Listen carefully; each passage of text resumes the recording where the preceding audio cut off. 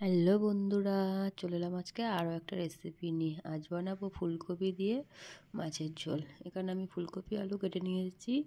এবার ফুলকপি আলুটাকে একটু হালকা করে সিদ্ধ করে নেব।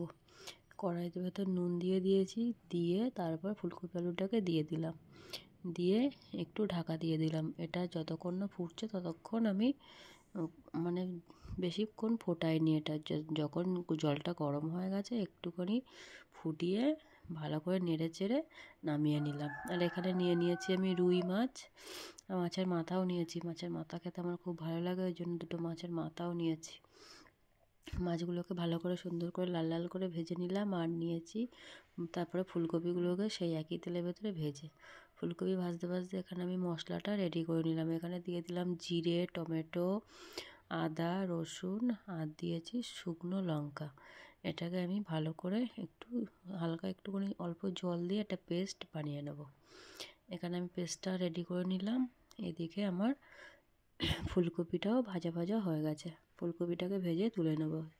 এবারে এর ভেতরে আর একটু তেল দিয়ে দিলাম আলুগুলোকেও আমি একটু লাল লাল করে ভেজে তুলে নেব। তারপর কড়াইতে দিয়ে দিলাম আর একটু তেল, দিয়ে তারপর দিয়ে দিলাম জিরে ফোড়ন, তারপর দিয়ে দিয়েছি পেঁয়াজ, দিয়ে তারপর সেই পেস্ট করা মশলাটা আমি এবার দিয়ে দেবো।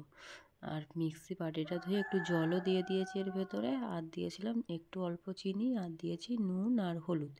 দিয়ে এটা মশলাটাকে এবার আমি ভালো করে কষে নেব যতক্ষণ না তেল ছাড়ছে।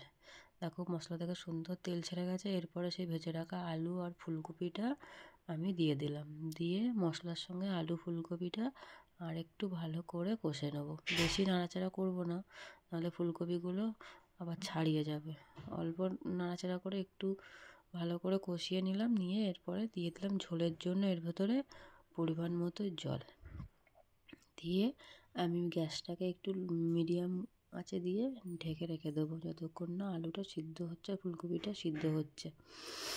দিয়ে দিলাম ঢাকাটা, 5 মিনিট মতো ওয়েট করি। তারপরে দেখো ঝোলটা ফুটেও গেছে অনেকটা, আলুটাও আমার সিদ্ধ হয়ে গেছে।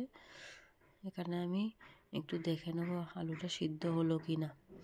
দেখো আলুটা মোটামুটি অনেকটাই সিদ্ধ হয়ে গেছে। এরপর এর ভেতরে আমি দিয়ে দেবো আগে থাকতে ভেজে নিয়েছিলাম যে মাছগুলো, সেই মাছগুলো দিয়ে দেবো, দিয়ে একটু ঢাকনা আবার চাপা দিয়ে রেখে দেবো খানিকক্ষণ, আর 2-4 মিনিট ফুটিয়েই তারপরে নামিয়ে নেব।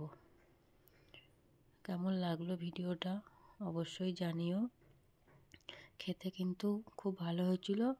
এইভাবে তোমরাও বাড়ি একবার রান্না করে দেখতে পারো। আর তোমরা কে কীভাবে রান্না করো সেটাও অবশ্যই আমাকে জানাতে ভুলো না।